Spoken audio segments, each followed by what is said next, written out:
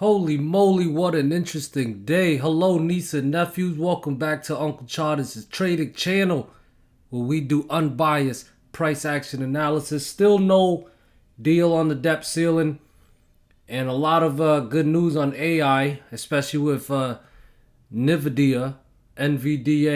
Did I say that right? NVIDIA. They made a lot of money on their AI stuff, and it was able to help SPY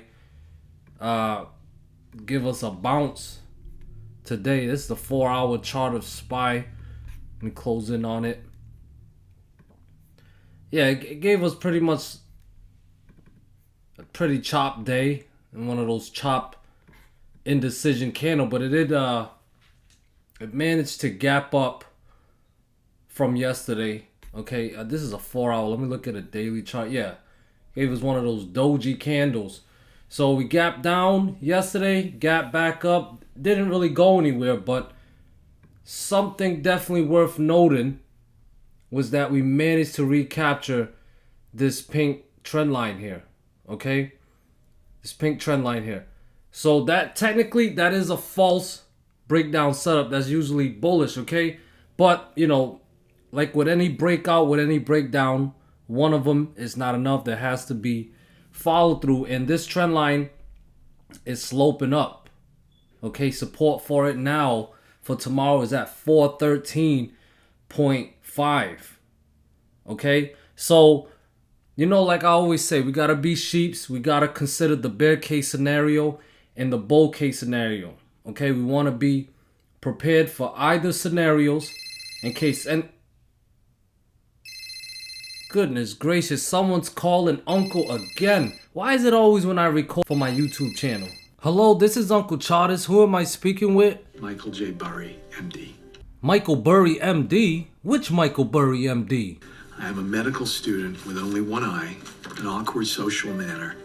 Oh, that Michael Burry, MD. For someone that made... How much money you made again? Made a ton of money. Yeah, for someone that made lots of money, you sure are negative all the time. I look for value wherever it can be found. So I've heard. So what made you call Uncle Charles? I want a short... You want a what? Anyone can see that there's a... You have something in your mouth or something? Listen, Mr. Burry, if you're trying to make me a bear biased trader, that won't work.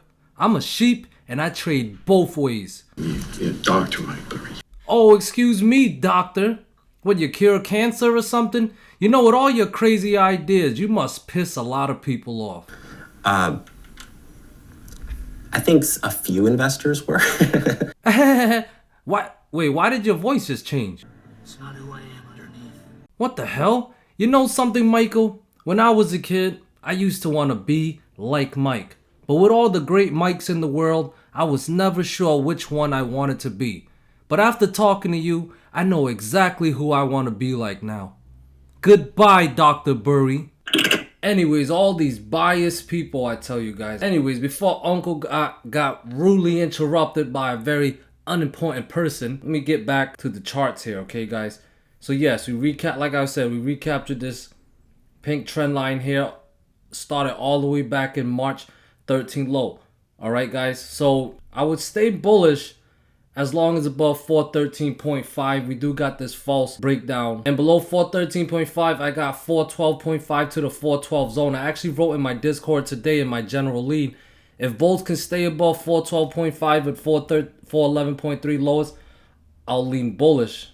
And it worked out. Intraday, we had a couple of bounces right here. 1, 2, we had a couple of bounces around that 412.5 to 412 zone and was able to go as high as 416-ish, So it worked out for for a day trade, intraday move. But, overall on the daily chart, I'm going to give the bulls the benefit of the doubt. If they can hold above 413.5, they'd have to clear resistance, of course. 413.5, I like to see it break 415.5 and 416 zone. That was actually today's high, and that would put 417.5 back in play, and then 420 above that. 418.2 and then 420 above that. Okay, now that's the bull case scenario. Bear case scenario, I want to see a couple of levels, a few levels break down. Break back down this pink trend line to cancel the false breakdown setup. Okay, so we got to break down 413.5, 412.5 to the 412 zone. You saw we got buying pressure there today, intraday right here, a couple of times before it bounced at the end of the day. And of course that 410 level. All right, now you guys see this blue trend line that we broke out back in May 17th. We back tested it yesterday. That was the reason why I was bullish intraday today. It's because we back tested this, and it bounced. We had a gap up. So we'll see if there's more follow through. But yeah, support of this blue trend line is at 409.6. All right, so definitely if we break down below 409.6, I would favor more downside in this breakout cancel. All right, because we broke it out, we back tested it to try to legitimize the breakout. And if it tests again, because it's giving us a dead cat bounce, that's bearish. 409.6 below that, I would favor a test of the 50 daily moving average, which is around 408.4ish. And then 407 below that, there's a gap fill right there back in May 4th. And I will favor 404. We had a double bottom there back on early May and late April. Okay, so yeah, we got to break down some support levels. The bear case scenario starts below 413.5. So that's going to be my equilibrium level for tomorrow. Below it, bearish. Above it, bullish. But it's still need to, show some follow through and break down some more levels. So like I said, below 413.5, 412, and 410 to 409.6s, break down that zone. That will be bearish in my opinion. If 413.5 holds tomorrow and it can break above 416, 415.5 to 416 zone, I will favor more upside of 417.5 and 418.2. Now keep something in mind before you guys get mad at me for sounding bullish or even talking about the bull case, because you guys know I'm not a bull, I'm a sheep. Something to consider though, you guys remember the chop from last week? We had this descending triangle and we broke it down. So it's not necessarily bullish if we go back test that chop zone as a resistance. If anything, it's healthy.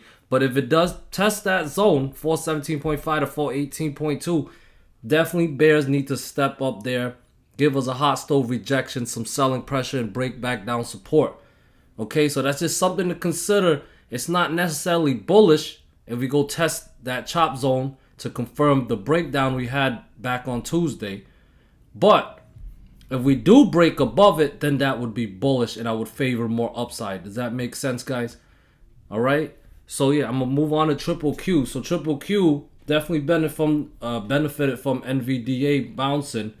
It managed to give us a clean close above, Uncle's multi-year trend line. This purple trend line started back in October, at all-time high.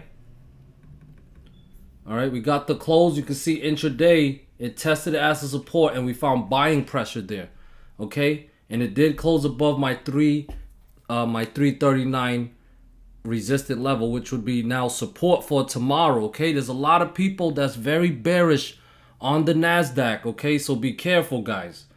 All right, there's nothing wrong with being bearish, nothing wrong with being bullish, but Uncle always say, let's follow the price action. The price action is the shepherd. Okay, whatever the news say, the price action is going to reflect the news, if you guys believe that. Okay, so if it's bearish, the price action needs to confirm the bearishness. And vice versa. If it's bullish, the price action needs to confirm the bullishness. Right now, we got a breakout of Uncle's multi-year trend line. Okay, so it's only one breakout. It's not legit yet until we get follow through. This also could be a setup for a false breakout tomorrow or a rug pull. I'm sure bears would love that. I don't care if that happens. I just want us to be ready. That's the point of my video, with simplicity, elegant trading, doing as little as possible to achieve the same results.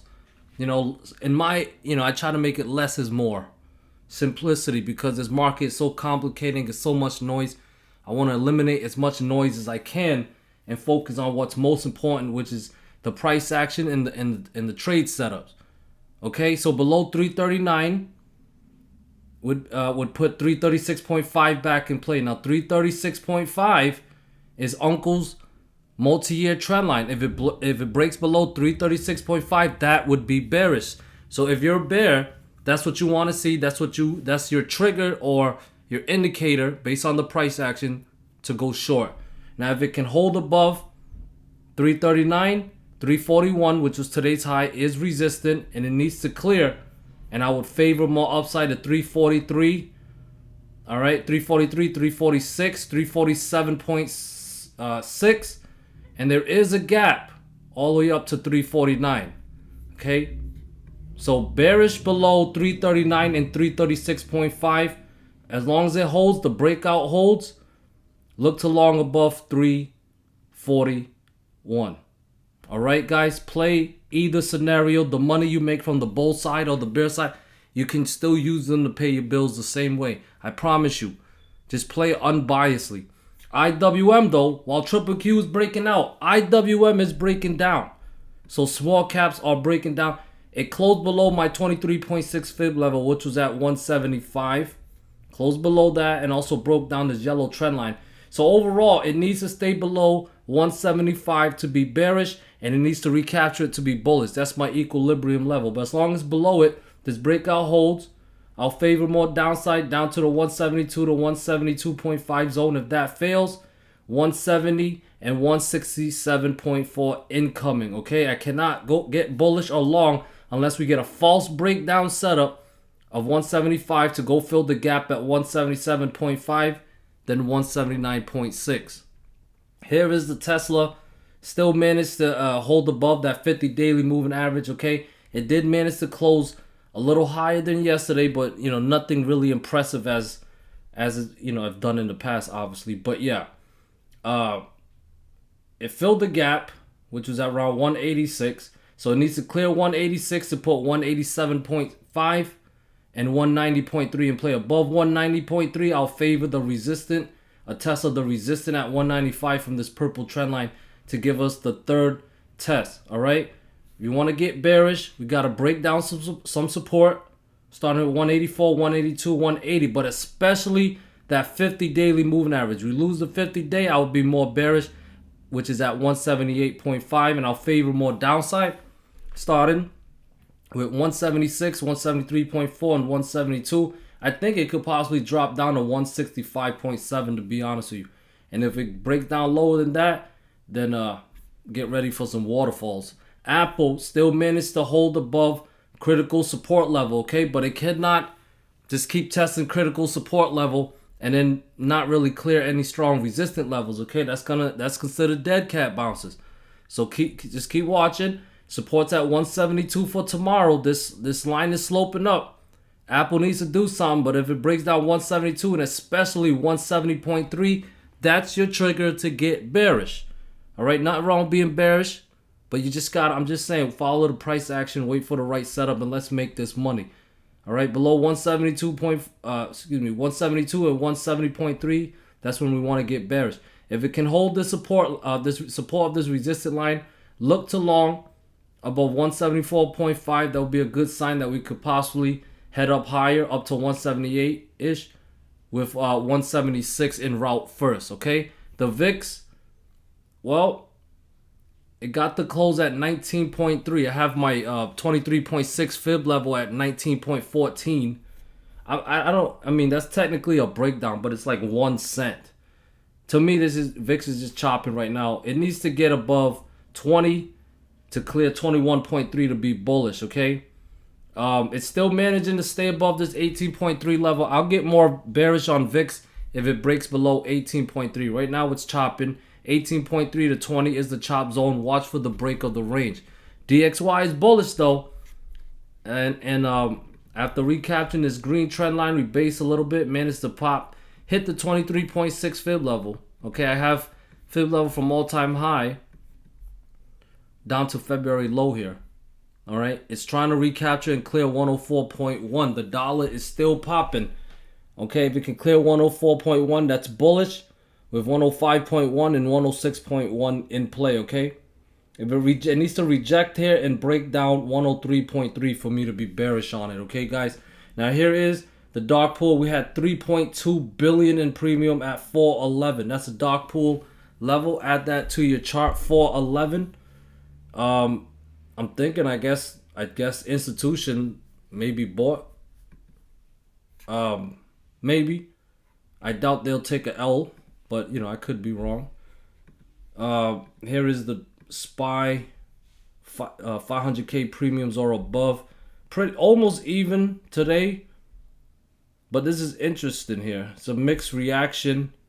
The two big sweep orders that I see here. This one is a put over 8,000 in size, 2.3 million in premium, 400 strike price for June 16. This one is calls over 800k premium, 23,000 in size, 419 strike price for May 26. So this one's much shorter term for tomorrow.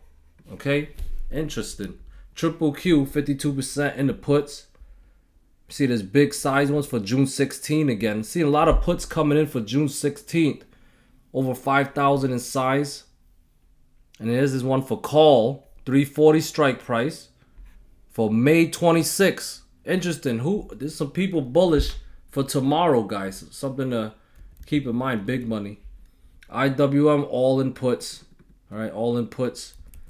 Apple 73% in the calls, 27% in the puts. All right, nothing with big sizes though. Here's Tesla, 86% of puts, mostly block orders again. Didn't get much volatility. Well, on Tesla's standard, didn't get much volatility. So we'll see what happens tomorrow. Overall, bearish, seeing a lot of very in the money puts coming in. And here is the VIX, 63% in the calls. It's been popping. VIX been popping. Let's see if we can stay above 18.3 and keep on going. All right, guys. Thank you guys so much for watching. If you want more content from Uncle Charles, please consider joining my Discord. Other than that, have a great evening. Peace.